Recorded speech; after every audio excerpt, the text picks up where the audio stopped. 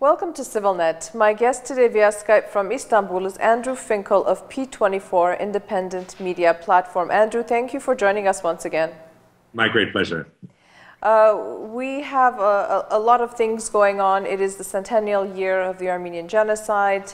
A lot of Armenia-Turkey related events taking place. I do want to talk about a number of things that happened in recent weeks in Turkey. Not only in Istanbul, but throughout Turkey. We began seeing pictures of a number of posters, not in Istanbul, but in Izmir, Mugla, Ordu, racist posters aimed directly at Armenians. Was this covered in the media? Did you hear about it in Istanbul, or was it just the Armenian media in Armenia and the diaspora responding to this?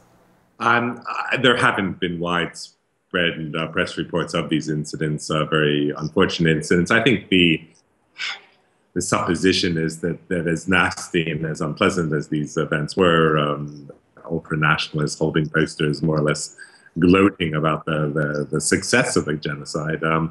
I don't think this is a widely held opinion, and certainly it's not something that we people living in Istanbul have been exposed to.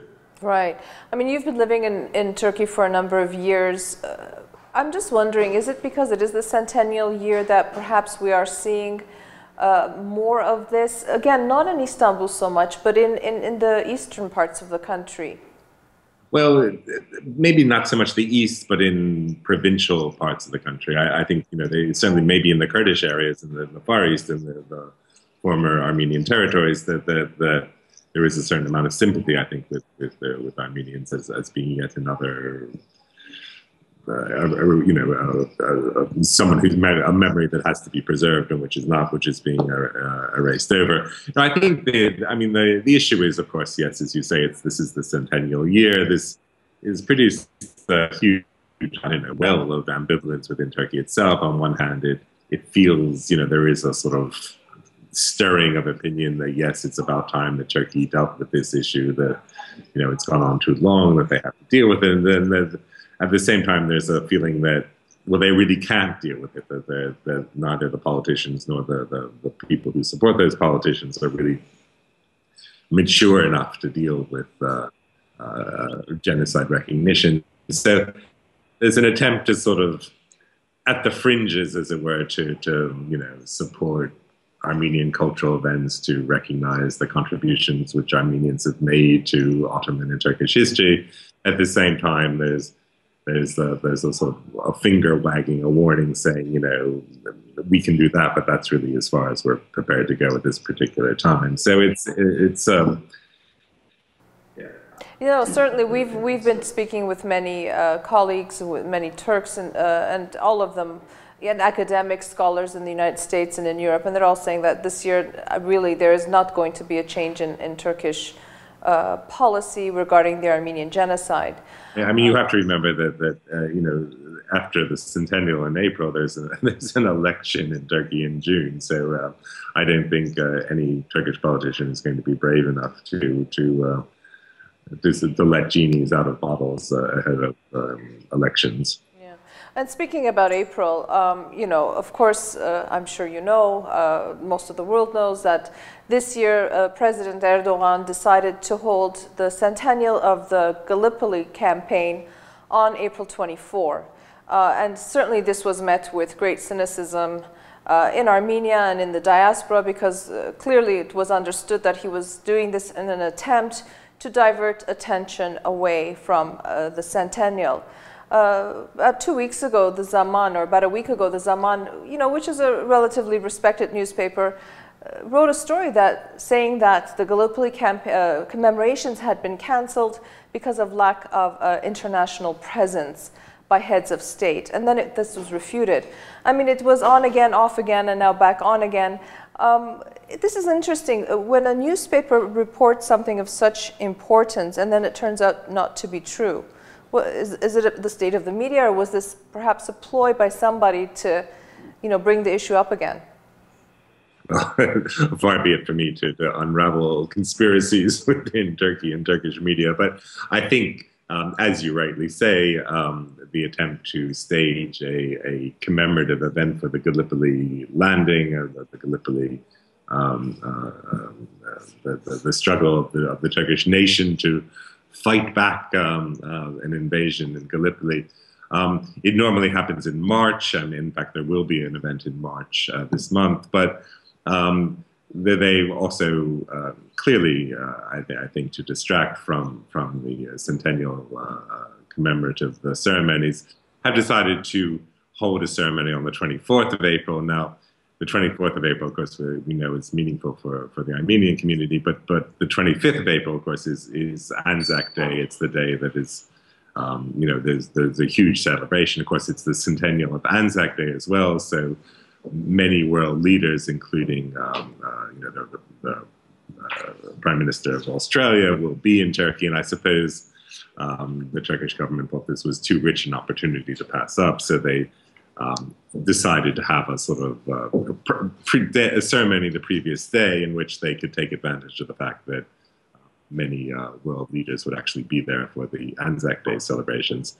And of course, I think cynicism is justified. This is clearly the attempt to distract from the events of the Armenian commemorations. And in that sense, they haven't been so successful. But I think we also have to say that this is, I don't think that they really could have convincingly believed the world opinion would have been affected by this. But it was very much a show for, I think, domestic opinion to say that, you know, while the world, you know, while one side of the world was commemorating Armenian genocide, the other side was commemorating Turkey's own struggle for nationhood back in 1915. Yeah. Well, there are also reports that apparently, I don't know if you heard about this or not, they're going to make a Turkish flag that's 1,915 meters long, 1915, 2015. And, you know, it sort of weaves back into our earlier conversation about this sense of nationalism and this obsession with the Turkish flag and photos of Ataturk everywhere you go. It doesn't seem to be subsiding. It seems to be gaining more momentum, it seems. I don't know, perhaps because we're seeing it from our vantage point here, but perhaps this has always been the case in Turkey. Well, nationalism is you know, not unique to Turkey, but certainly nationalism is a very powerful force, a very powerful political force. In a curious way, the Çanakkale commemorations are almost designed to sort of exclude Ataturk. They've become a sort of almost mythical nation-building exercise, which an attempt, I mean, the new government is less keen on Ataturk than previous governments, and as being the founder of a very secular Western-like state, this is not exactly the hymn sheet from which the current government sings. So the Çanakkale celebrations are an attempt to sort of reinvent the nation myth, the nation-building myth, the heroic resistance. Of course, Ataturk played a part in that resistance, but that's where he made his reputation as a commander. But it's you know, it's quite complicated, as you suggest, but there's nothing, again, to indicate that Turkey is any less nationalistic today than it was 10 years ago or 15 years ago or whatever. Yeah, and just as a final question, I don't know if you heard about it at all in Istanbul. You know, again, last week, a number of locations, Starbucks locations in California, and if I'm not mistaken, in other locations across the United States, put up posters of what appeared to be Armenian women dressed in traditional Armenian costumes, clothes, you know, holding a cup of Starbucks, and above them were balloons with the Turkish flag. Now, this created a storm of controversy in the United States. Armenian American organizations protested. They got Starbucks to officially apologize and remove the posters. They said it was a misunderstanding, that there was no intention. A few days afterward, we saw images in Turkey of the Turkish flag being placed in front of several Starbucks. Again, I mean, you wonder about the incentive, the motive for this. It seems to be a tit for tat, and certainly I don't understand what Starbucks' intention was. But again, just curious, how was this reported in the press. Yeah, it wasn't, I have to say, a huge story in the Turkish press.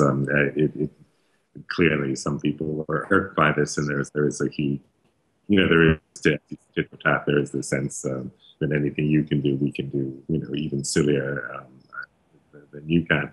I have to say, I walked by a Starbucks on the way to the office today. There didn't seem to be, much protest going on.